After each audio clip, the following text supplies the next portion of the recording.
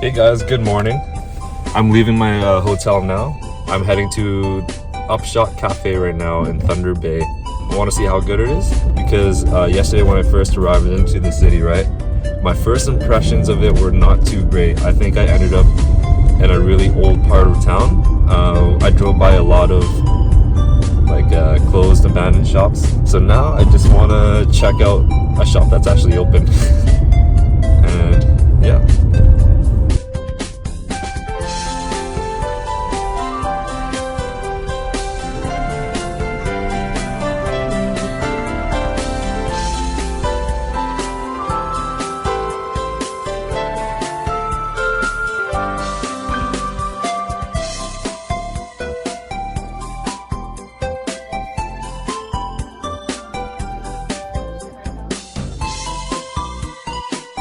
It's actually really good, and the ladies there are really nice. I asked them what's a scenic road to drive on my way out, and they told me to check out Kakabeka. Apparently it's nice, or High Street. So I'm gonna search that up on Google and then drive by the place on my way to Winnipeg. So hopefully I get some good footage. Let's hit the road.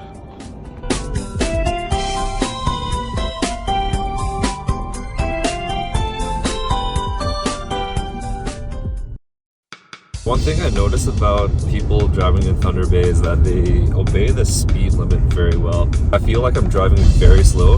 Like for most of this time I've been driving 50 kilometers per hour.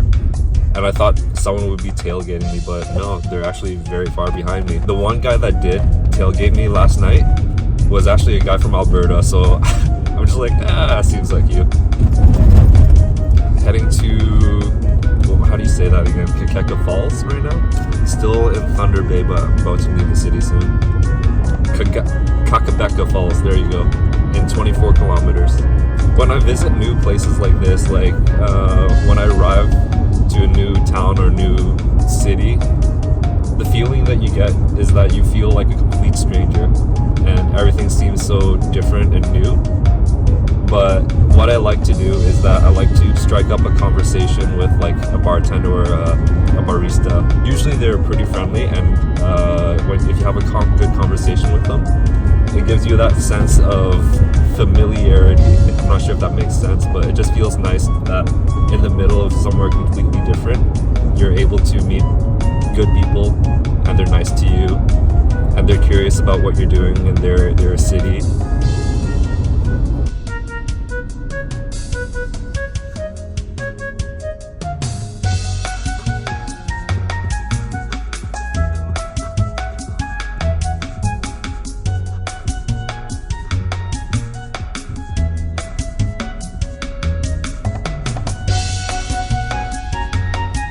So I didn't get a chance to stop by Kakawaka Falls. I needed to buy a permit to stay there for like 2 hours. Not worth.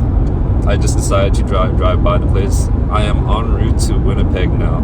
It's going to take about 6 to 7 hours of a drive to get there. So a lot of time to kill now.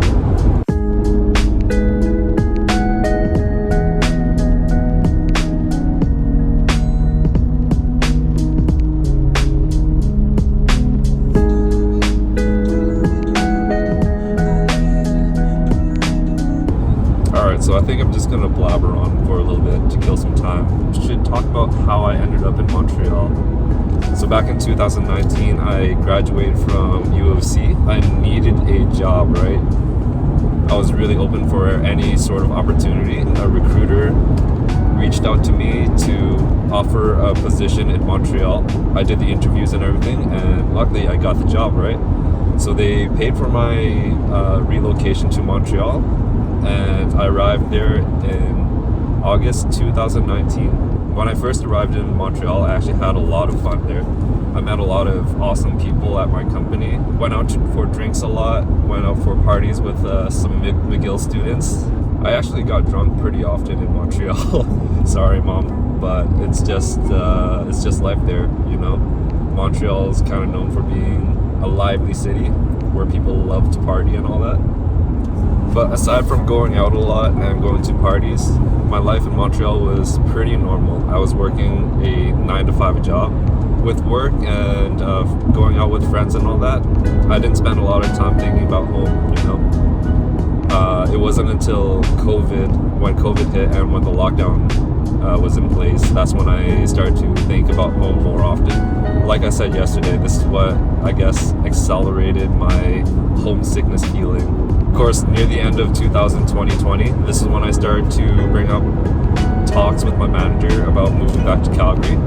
I guess in a way I was pretty lucky. I get to keep my job. I get to move back to Calgary. I have to say though, I will miss my colleagues a little bit. It was tough on the last week in Montreal because this is when I started saying goodbyes. But I gotta do what's best for me, right? Yeah, man. That's how life is.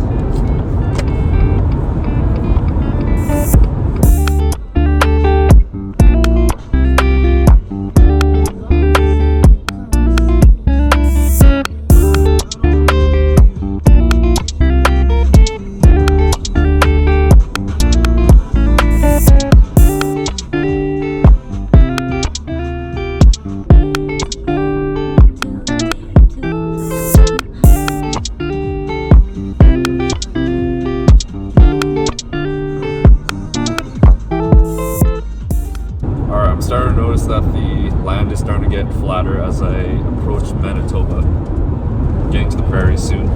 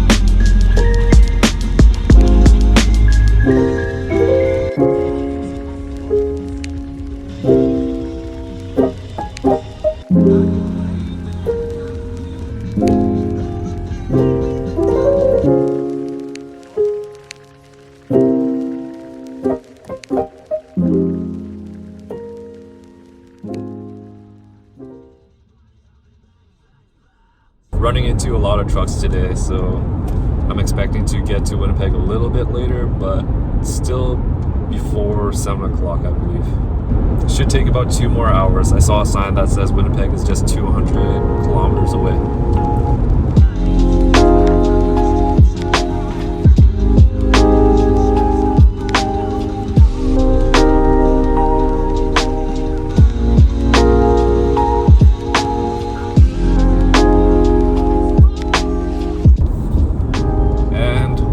In Manitoba,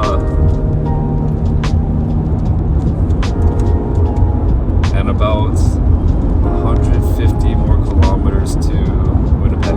Almost there.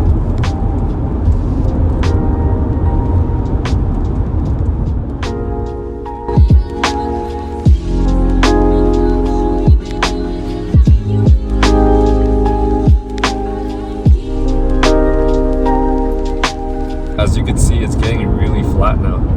No more short mountains. I just drove by a car and his car was smoking up. We're about 29 kilometers away, so almost there. I'm pretty sure I crossed into a new time zone, so it's going to be 5 o'clock Winnipeg time when I get there. So really early. I'm going to have a lot of time to kill. What should I do?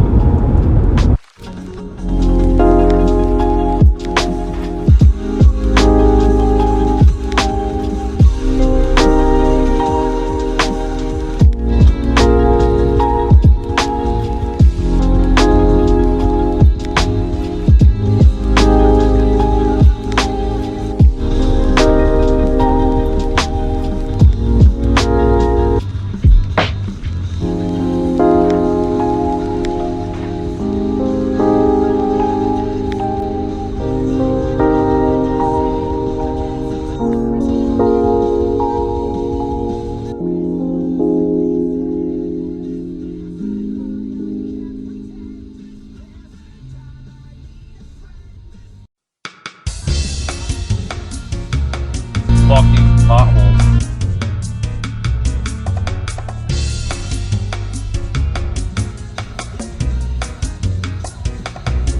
Oh jeez. Winnipeg, fix your city.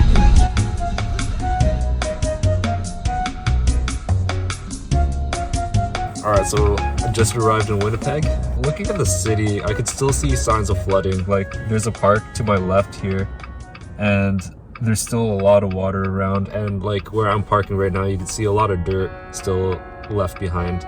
Next thing I need to do now is look for a hotel and check in. All right.